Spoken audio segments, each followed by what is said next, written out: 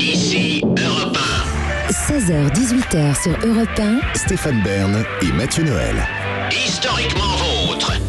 Historiquement vôtre, spécial Top Gun Maverick, le film événement en partenariat avec Europe 1. Et on est tellement en partenariat qu'aujourd'hui, David, vous nous racontez l'origine du Bombers. Ouais. Les adolescents, je sais pas ce que vous en pensez, moi je pense que c'est vraiment les pires personnes de l'humanité. Tous les défauts qui sont un peu mitigés à l'âge adulte, ils sont en roue libre totale à l'adolescence. Et en particulier, le conformisme. Les adolescents, ils se prennent souvent pour des gros rebelles, alors que leur rébellion, elle prend systématiquement des chemins ultra prévisibles, qui montrent qu'en réalité, ce sont l'exact inverse de rebelles. Et moi, j'étais, je pense, un spécimen particulièrement odieux de conformiste. Dès que je voyais apparaître un semblant de mode chez mes camarades, je voulais tout de suite m'y conformer. J'ai déjà raconté ici que quand j'ai compris que c'était cool d'avoir des jeans Levi's, par exemple, je suis arrivé un jour en total look jean, pantalon, chemise, veste en jean, comme un bouffon. Et de la même façon, en quatrième, quand j'ai vu quelques camarades commencer à porter des Bombers, j'ai immédiatement voulu un Bombers. Quand j'avais 13 ans, la marque reine du Bombers, c'était Scott. Ah, Scott, oui. S-C-H-O-2-T. Il y avait Chevignon aussi. Il y avait Chevignon, mais Chevignon, c'était surtout les doudounes. Il y C'était a les Bombers aussi. Enfin, c'est donc que c'était plutôt caractérisé Scott. Alors un jour, je suis allé avec mes parents au marché aux puces de Saint-Ouen, juste derrière le périphérique à Paris. Petite parenthèse, c'est un lieu assez unique en France, le marché aux puces quand même, dans le sens où c'est un lieu à la fois très mal famé, où on peut acheter quand même de la mayonnaise d'occasion, mais en même temps, c'est un endroit ultra chic où on peut acheter des commodes d'antiquaires à 50 000 €. Tout ça au même endroit, c'est quand même très la rare. mixité sociale. Exactement. Mais moi donc j'y suis allé pour trouver un Bombers et on l'a trouvé. Ça a coûté 500 francs, ce qui était quand même. C'était pas un Scott, c'était un shot ou un. C'était un shot. Non, c'était un vrai. C'était un vrai. En tout cas, on m'a dit que c'était un vrai. Et c'était quand même. On pouvait faire ça. Hein, il y avait aussi du Chevignon. Il y avait du frelaté aussi. Il y avait du frelaté, c'est vrai tout ça. Mais en tout cas, là, je pense que c'était quand même un vrai. Il pas son rêve il est persuadé d'avoir eu un vrai Bombers. Exactement. Voilà. Je suis revenu au collège le lundi avec une fierté complètement débile, et ça a quand même fait son petit effet. Et pourtant, jamais depuis ce jour, je m'étais intéressé aux origines du Bombers. Chose que je m'apprête à corriger. Bon, les origines du Bombers, une fois n'est pas coutume, elles sont dans le nom même de l'objet. Hein. Bomber, ça veut dire bombardier, c'est un type d'avion, et donc le Bomber, c'est un blouson qui a été fait pour pouvoir être porté par les aviateurs dans les bombardiers. À noter tout de même que Bombers, c'est un faux ami, parce qu'en anglais, ça se dit pas Bombers, ça se dit Bomber Jacket. Si vous dites Bombers, vous avez l'air d'un teubé. Les premières versions du Bombers, elles datent des débuts de l'aviation militaire pendant la Première Guerre mondiale, à un moment où c'était vraiment très important d'avoir un manteau chaud, puisque les avions étaient à ciel ouvert.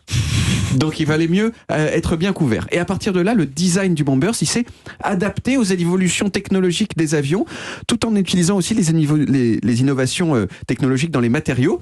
Il est passé par exemple par la version en cuir avec col fourrure que porte Maverick dans Top Gun, avec tous ses écussons partout.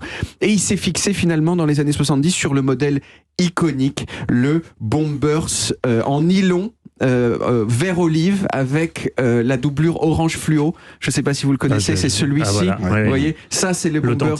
C'est l'authentique complètement.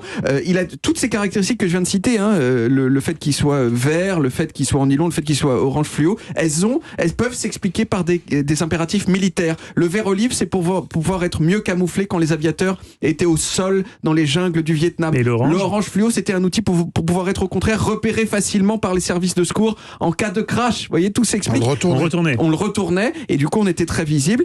Et le nylon, ça permettait de garder l'aviateur au chaud en altitude tout en n'étant pas trop chaud lorsqu'il était au sol dans la jungle. Mais déjà avant ça, le Bombers, il avait franchi la frontière qui sépare le monde militaire du monde civil, grâce notamment à Hollywood, où Humphrey Bogart, Marlon Brando, James Dean, dans les années 50, ils en portaient dans certains de leurs films. Et puis progressivement, sans qu'on sache exactement pourquoi, le Bombers a été adopté par des groupes minoritaires. Les skinheads, d'abord, qui l'ont associé à des cheveux rasés et à des bottes militaires pour avoir l'air méchant et surviril. Par la communauté gay, à partir des années 70, qu'il a probablement adopté précisément parce que c'était le look de leurs ennemis, les skinheads.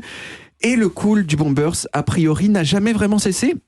Il y a quand même eu un relais de ce cool en 2013 particulièrement médiatisé quand Kanye West en a porté un dans une de ses tournées.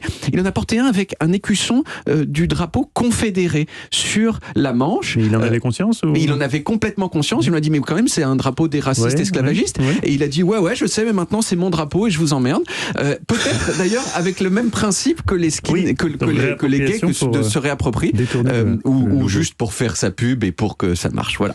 Alors Kylie Jenner en a porté aussi, donc voilà. Je sais, aujourd'hui en 2022, je sais pas vraiment si c'est la pointe du cool, mais encore une fois, peut-être que j'avais vraiment envie de me tourner vers vous, Mathieu, parce que vous savez, vous avez fait des articles dans JQ sur le style, tout ça, machin. Évidemment. Mais non, mais j'en sais rien, mais je pense effectivement c'est plus à la pointe de la mode. Oui. C'est le truc qu'on cherche en ce moment. Oui. En revanche, ça reste toujours assez cool de porter un Bombers de temps en temps. Je crois que ça s'est jamais complètement démodé. C'est un basique de votre garde-robe. Exactement. Vous en avez un, vous, David? Je dois avoir quelque part, parce que je ne jette rien, donc ça doit être quelque part. Le Bombers de 1995 doit exister, mais j'en ai pas un. Non, moi, de toute façon, je suis toujours habillé pareil, quoi. Voilà.